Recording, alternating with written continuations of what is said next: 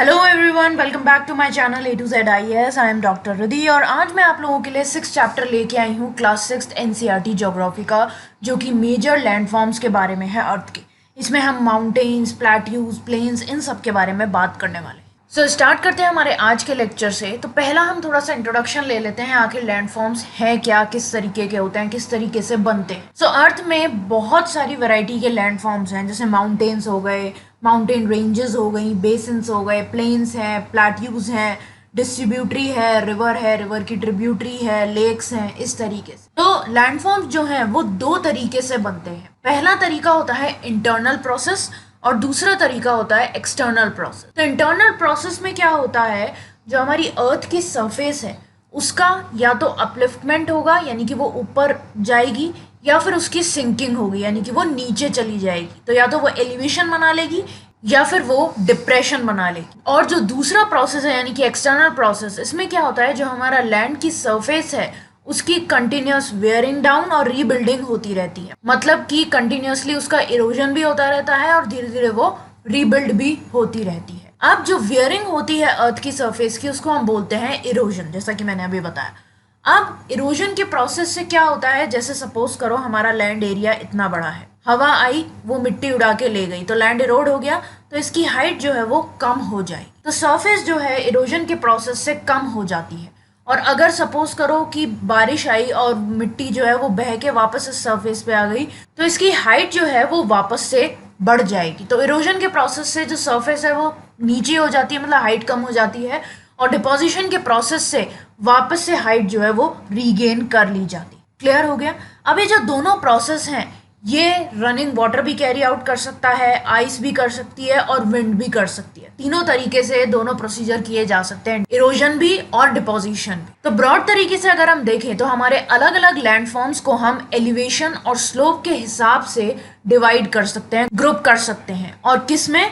Mountains, plateaus और planes में। ठीक है। सो मैं आप लोगों को एक डायग्राम शो कर रही हूँ। तो देखो, ये अलग अलग तरीके के लैंड फॉर्म्स हैं। ये माउंटेन्स हैं जो कि एलिवेशन से बन रहे हैं, ये हमारे प्लेन्स हैं, ये भी हमारे प्लेन्स हैं, इसमें थोड़ा माउंटेन या स्लोप भी है हमारा। तो इस तरीके के अलग अलग हमारे लैंड फॉर्म्स रहते हैं।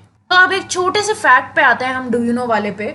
एक होता है हमारा हिल और एक होता है हमारा माउंटेन। तो हिल और माउंटेन में क्या फर्क है? बहुत ही थोड़ा सा फर्क है। हिल एक ऐसी लैंड सरफेस होती है जो कि सराउंडिंग एरिया से थोड़ी सी ऊंची हो जाती है, इसको हम हिंदी में पहाड़ी बोलते हैं। जबकि जो हमारा माउंटेन होता है वो पहाड़ होता है। तो हिल एक ऐसा लैंड सरफेस हो गया जो कि आसपास के एरिया के कंपैरिजन में थोड़ा सा ऊपर उठ जाता है। और अगर इसी टाइप के हिल का जो एलिवेशन है, जो ऊंचाई है, वो 600 मीटर से ऊपर चली जाए तो उसको हम माउंटेन बोलने लगते हैं। क्लियर है। इसके अलावा माउना किया, जो कि हवाई में प्रेजेंट है पैसिफिक ओशियन में, ये एक अंडर सी माउंटेन है, मतलब कि सी के नीचे है, सी के अंडर है। ये जो माउंटेन है ये माउंट एवरेस्ट से भी ऊंचा है। इसकी ऊंचाई जो है वो है 10,205, जबकि हमने माउंट एवरेस्ट की कितनी पढ़ी थी? 8848 मीटर्स। लेकिन क्या है, ये माउंटेन जो है वो अंडर सी है, यानी कि सी के अंदर है, इसलिए इसकी हाइट इतनी ज्यादा लगती नहीं। क्लियर हो गया। अब आते हैं हमारे पहले लैंडफॉर्म के टाइप पे, जो कि है माउंटेन्स। तो माउंटेन क्या होता है? It is any natural elevation of earth surface. तो हमारी अर्थ की सरफेस का नेचुरल तरीके से अगर एलिवेशन हो रहा है, मतलब वो उठ रही है ऊपर, तो उसको हम माउंटेन बोलते हैं। आसपास के एरिया से काफी ऊंचा होता है ये। और माउंटेन्स जो होते हैं उनकी जो समिट होती है, यानी कि जो पीक होती है, वो स्मॉल होती है, जबकि उनका जो बेस होता है वो काफी ब्रॉड रहता है। अब कुछ माउंटेन्स जो है वो क्लाउड से भी ऊंचे चले जाते हैं, इतने बड़े होते हैं। और जैसे जैसे ऊपर जाते जाते हैं, जो क्लाइमेट है वो और ज्यादा ठंडा होता जाता है। अब कुछ ऐसे माउंटेन्स होते हैं हमारे जहाँ पे परमानेंट तरीके से जमी हुई नदियां रहती हैं आइस की, यानी कि बर्फ की, तो उनको हम बोलते हैं ग्लेशियर्स। अब कुछ ऐसे माउंटेन्स होते हैं, जैसे हमने मौना किया पढ़ा, जो कि अंडर सी होते हैं, तो उन्हें हम देख नहीं पाते हैं। अब माउंटेन्स के हार्श क्लाइमेट की वजह से बहुत कम लोग जो हैं वो माउंटेनियस रीजन्स में रहते हैं। और जो इनके स्लोप्स होते हैं वो काफ़ी स्टीप होते हैं, जो खड़े होते हैं, मतलब जैसे खड़ी सीढ़ियाँ बोलते हैं ना हम। तो जो जैसे सपोज करो एक माउंटेन तो हो गया इस तरीके से, तो इसका स्लोप जेंटल है, और एक माउंटेन हो गया इस तरीके से, तो एकदम बिल्कुल स्टीप स्लोप है, इसका एकदम खड़ा हुआ स्लोप है। तो स्टीप स्लोप्स होते हैं, इसीलिए कम लैंड अवेलेबल रहता है यहाँ पे फार्मिंग के लिए। इस वजह से भी लोग यहाँ रहना प्रेफर नहीं करते, हालांकि फिर भी रहते हैं लेकिन बहुत कम नंबर में। अब माउंटेन्स जो है वो एक लाइन में भी अरेंज हो सकते हैं और इस लाइन को हम बोलते हैं range. Now many mountain system consist of a series of parallel ranges extending over hundreds of kilometres. अब जैसे जो हमारे हिमालयन माउंटेन्स हैं वो भी रेंजेस में प्रेजेंट है, तो बहुत सारे माउंटेन सिस्टम्स ऐसे होते हैं जिनमें पैरेलल रेंजेस की पूरी सीरीज होती है और वो बहुत किलोमीटरों तक फैली होती है। अब इनके एग्जाम्पल्स हैं हिमालयाज हो गए, एल्प्स हो गए, एंडीज हो गए, ये सब माउंटेन रेंजेस हैं। और कहाँ कहाँ की है? हिमालयाज जो है वो एशिया की है, एल्प्स जो है वो यूरोप की है और एंडीज जो है वो साउथ अमेरिका की माउंटेन रेंज है, जो मैंने आपको मैप वाले लेक्चर में शो भी की थी।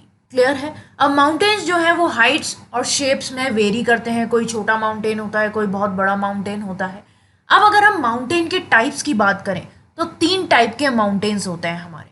पहला है फोल्ड माउंटेन्स, दूसरा है ब्लॉक माउंटेन्स और तीसरा है वॉल्केनिक माउंटेन्स। अब जो हिमालयन माउंटेन्स और एल्प्स हैं वो यंग फोल्ड माउंटेन्स हैं, उनके रगेड रिलीफ है, स्मूथ नहीं है, बहुत उबड़ खाबड़ जमीन है और जो इनकी पीक्स हैं वो बहुत ऊंची ऊंची और कॉनिकल पीक्स है, कोन शेप की पीक्स हैं इस तरीके से। और जो अरावली रेंज है इंडिया में वो ओल्डेस्ट फोल्ड माउंटेन सिस्टम्स में से एक है। पूरे विश्व में भी जितने सबसे पुराने फोल्ड माउंटेन्स हैं उनमें से एक अरावली रेंज है। तो ये आपके यूपीएससी में क्वेश्चन आ सकता है मैच द फॉलोइंग में कि हिमालयन माउंटेन्स जो है वो कौन से फोल्ड माउंटेन्स हैं और अरावली रेंज जो है वो कौन सा फोल्ड माउंटेन है। तो ध्यान रखना है, अरावली ओल्ड है जबकि हिमालयन माउंटेन्स और एल्प्स जो है वो यंग फोल्ड माउंटेन्स है। अब ये जो रेंज है अरावली रेंज, ये काफी ज्यादा वॉर्न आउट हो चुकी है, वही इरोजन के प्रोसेस की वजह से इसकी हाइट जो है वो नीचे हो चुकी है। अब इसके अलावा एपेलेचियंस जो है नॉर्थ अमेरिका में और उराल माउंटेन्स जो मैंने आपको दिखाए थे मैप वाले चैप्टर में, उनके भी राउंडेड फीचर्स हैं और एलिवेशन उनका भी कम है क्योंकि ये भी पुराने माउंटेन्स हैं, बहुत ज़्यादा पुराने फोल्ड माउंटेन्स हैं। अब जो हमारा फोल्ड माउंटेन है वो बनता कैसे है, ये आपको डायग्राम दिखाई दे रहा है। बस इसी तरीके से प्लेट मूवमेंट हो रहा है और ये प्लेट का मूवमेंट इस तरीके से होता है कि ये वाली जो चीज़ है ये पहले यहाँ प्लेन थी लेकिन धीरे धीरे प्लेट्स एक दूसरे में आके टकराई तो ये ऊपर जाता जाता है। जैसे सपोज करो एक शीट पेपर की आपने यहाँ पे रख दी, अब आप इधर से भी जोर दे रहे हो और इधर से भी जोर दे रहे हो तो वो कुछ इस तरीके की बन जाएगी। बस यही हमारे फोल्ड माउंटेन सिस्टम का प्रोसीजर होता है फॉर्मेशन का। इसी तरीके से हमारे फोल्ड माउंटेन्स बनते हैं। नेक्स्ट जो कैटेगरी आती है हमारे माउंटेन्स की वो है ब्लॉक माउंटेन्स। ब्लॉक माउंटेन्स जब क्रिएट होते हैं जब बड़े बड़े एरियाज जो हैं वो टूट जाते हैं और वर्टिकली डिस्प्लेस होते हैं, या तो वो नीचे चले जाते हैं या ऊपर चले जाते हैं। तो जो ब्लॉक्स ऊपर जाते हैं उनको हम होस्ट बोलते हैं और जो ब्लॉक्स नीचे चले जाते हैं उनको हम ग्रैबन बोलते हैं। तो ये दोनों नाम आप लोगों को ध्यान रखने हैं। तो ये ब्लॉक्स में मूव करते हैं, कुछ ब्लॉक ऊपर चले जाते हैं, कुछ ब्लॉक नीचे चले जाते हैं, तो इसलिए हम इनको ब्लॉक माउंटेन्स बोलते हैं।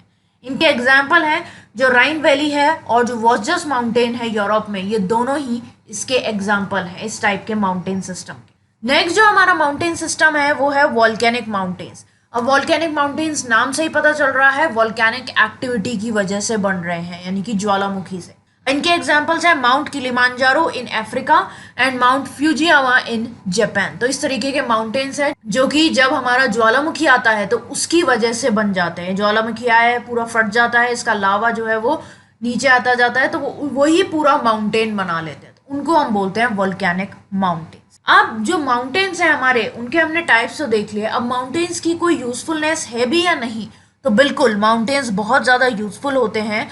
वाटर का स्टोर हाउस होता है एक तो सबसे बड़ी बात, यहाँ पे बहुत सारा पानी आपको मिल सकता है। इसी तरीके से बहुत सारी रिवर्स ऐसी हैं जिनका सोर्स जो है वो हमें माउंटेन्स में जो ग्लेशियर्स प्रेजेंट है वहाँ पे मिलता है। अब होता क्या है, इनमें रिजर्वायर्स बना दिए जाते हैं और वाटर जो है उसको काम में लिया जाता है, लोगों के द्वारा हार्नेस किया जाता है, उसका पूरी तरीके से यूज किया जाता है। अब जो वाटर होता है माउंटेन से उसको हम इरिगेशन के लिए काम में ले सकते हैं और एक बहुत इंपॉर्टेंट चीज़ है जो कि है हाइड्रो इलेक्ट्रिसिटी का जनरेशन, तो उसके लिए भी हम इस पानी को इस्तेमाल कर सकते हैं। अब जो रिवर वैलीज होती हैं हमारी और टेरेसेस होते हैं वो क्रॉप्स के कल्टीवेशन के लिए काफ़ी आइडियल होते हैं। जैसे कि हमारे जो इस तरीके के माउंटेन्स हैं जिनका जेंटल स्लोप है तो वहाँ पे टेरेस फार्मिंग करते हैं हम। फिर माउंटेन्स जो है यहाँ पे बहुत रिच वैरायटी होती है फ्लोरा और फौना की, मतलब एनिमल्स की भी और प्लांट्स की भी। और इसके अलावा फॉरेस्ट जो है वो हमें फ्यूल प्रोवाइड करते हैं वुड की फॉर्म में, फॉडर देते हैं, शेल्टर देते हैं और बाकी और भी सारे प्रोडक्ट्स हैं जो कि हमें ट्रीज से मिलते हैं, जैसे गम्स हो गई, रेजन्स हो गए। इसलिए माउंटेन्स और उनसे रिलेटेड जो फॉरेस्ट एरियाज है वो बहुत ज़्यादा यूजफुल रहता है। इसके अलावा माउंटेन्स जो है वो टूरिस्ट के लिए एक आइडियलिक साइट जो है वो भी प्रोवाइड करते हैं। आइडियलिक का मतलब क्या होता है, बहुत ही पीसफुल पिक्चरस्क जगह जो होती है, अट्रैक्टिव जगह जो होती है वो। और हम बहुत सारी स्पोर्ट्स यहाँ पे कंडक्ट करवा सकते हैं माउंटेन एरिया में, जैसे कि paragliding, hang gliding, river rafting, skiing. तो ये सब बहुत ज़्यादा पॉपुलर स्पोर्ट्स हैं जो माउंटेन एरियाज में खेले जाते हैं। क्लियर है? तो एक हमारा लैंडफॉर्म समझ में आ गया। अब चलते हैं हमारे दूसरे टाइप पे जो कि है प्लेट्यू। अब जो प्लेट्यू होता है वो एक ऊंचाई पे उठा हुआ फ्लैट लैंड होता है। तो आप समझोगे कि माउंटेन के जैसा ही हो गया, बिल्कुल नहीं। माउंटेन्स जो है वो इस तरीके के होते हैं, जबकि प्लेट्यूज जो है वो नॉर्मल जो हमारा लैंड है उससे उठा हुआ है, लेकिन वो खुद भी फ्लैट ही होता है। ये एक फ्लैट टॉप टेबल लैंड होता है जो कि एक आसपास के एरिया के ऊपर रहता है। अब जो एक प्लेट्यू होता है उसकी एक या एक से ज़्यादा साइड्स हो सकती हैं जिनमें स्टीप स्लोप्स हो। यानी कि जैसे सपोज करो ये पूरा हमारा प्लेट्यू बन गया, ये फ्लैट है टॉप इसकी। अब ये वाली हो सकता है साइड इसकी स्टीप हो, ये वाली हो सकता है जेंटल हो, तो इस तरीके से हो सकता है। अब जो हाइट होती है हमारे प्लेट्यूज की वो वेरी करती है। कुछ प्लेट्यूज जो है वो 100 मीटर्स तक ऊंचे भी हो सकते हैं, और कुछ प्लेट्यूज ऐसे होते हैं जो 1000 मीटर की ऊंचाई पे भी जा सकते हैं। अब प्लेट्यूज भी माउंटेन्स की तरह यंग और ओल्ड होते हैं। जैसे जो डेक्कन प्लेट्यू है इंडिया का, वो ओल्डेस्ट प्लेट्यूज में से एक है। इसके अलावा ईस्ट अफ्रीकन प्लेट्यू प्रेजेंट है केन्या में, तांजानिया में और युगांडा में। और जो वेस्टर्न प्लेट्यू है ऑस्ट्रेलिया का, ये भी हमारे कुछ और एग्जाम्पल्स हैं। फिर जो हमारा तिब्बत प्लेट्यू है वो हाईएस्ट प्लेट्यू है वर्ल्ड का, ये बात ध्यान रखनी है। Tibet plateau is the highest plateau of world with a height of 4000 to 6000 metres above mean sea level. तो मीन सी लेवल से 4000 से 6000 मीटर ऊंचा है, वो इस रेंज में आता है। अब जो प्लेट्यूज हैं उनकी भी कुछ यूजफुलनेस है, जैसा कि हमने माउंटेन्स की देखी थी। तो ये किस काम में आते हैं? प्लेट्यूज बहुत काम के होते हैं क्योंकि मिनरल डिपॉजिट्स बहुत ज़्यादा प्रेजेंट होता है इनमें। As a result many of the mining areas in the world are located in the plateau areas. इसी वजह से बहुत सारे माइनिंग एरियाज जो है हमारे पूरे विश्व में वो प्लेट्यू एरियाज में ही प्रेजेंट है। जैसे जो अफ्रीकन प्लेट्यू है वो गोल्ड और डायमंड माइनिंग के लिए बहुत फेमस है।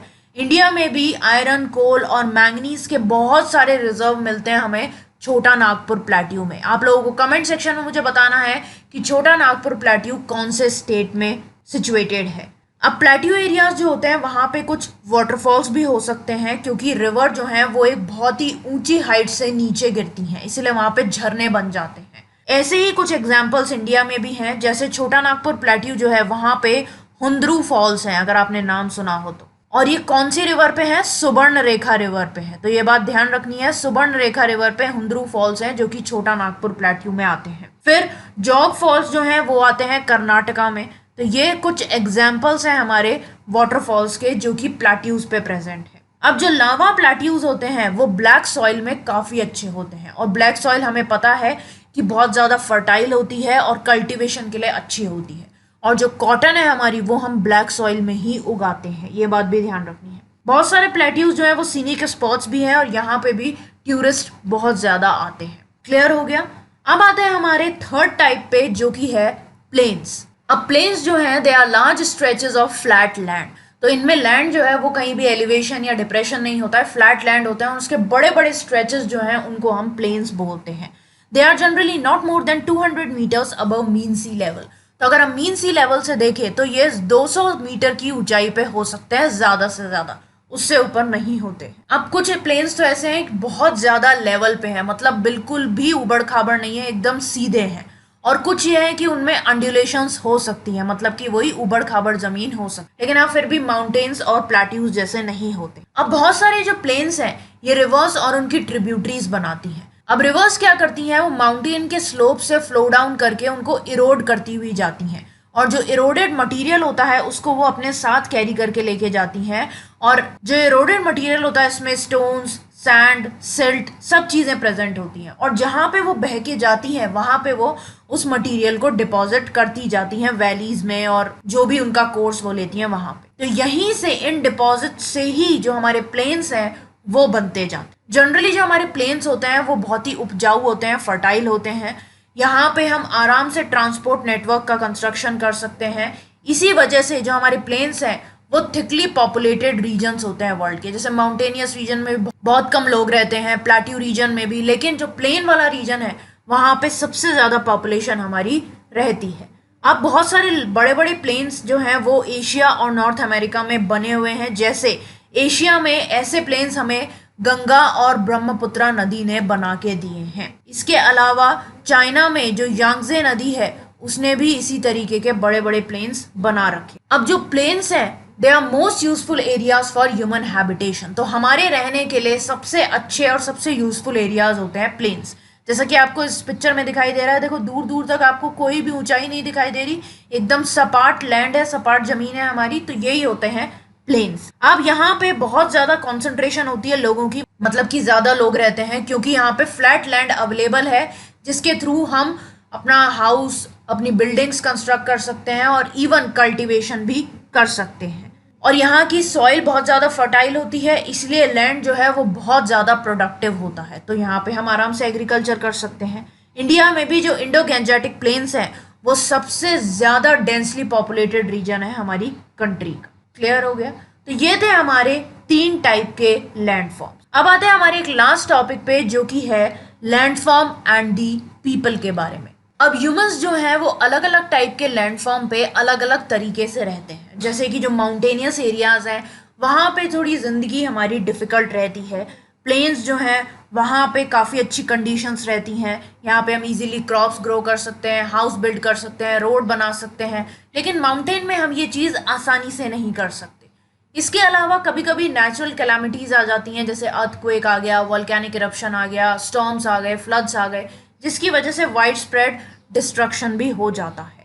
और कभी कभी तो बहुत ज़्यादा लॉस हो जाता है लाइफ और प्रॉपर्टी का। जैसे कि इंडिया में जब भुज का अर्थक्वेक आया था तब बहुत ज़्यादा हानि हुई थी, बहुत ज़्यादा डिस्ट्रक्शन हुआ था। लेकिन अगर हम क्रिएटिव अवेयरनेस फैलाएं ऐसे इंसिडेंसेस के बारे में तो हम रिस्क को लोअर कर सकते हैं। क्रिएटिव अवेयरनेस का क्या मतलब? एक तो होता है जागरूकता फैलाना, अवेयरनेस फैलाना, एक उसको हम क्रिएटिव तरीके से फैलाएं जिससे लोगों के दिमाग में वो चीज़ जाके बैठे, तो हम इन रिस्क को लोअर कर सकते। क्लियर है? अब आपको ये जो पिक्चर दिखाई दे रही है ये अरुणाचल प्रदेश में एक रोप ब्रिज की है।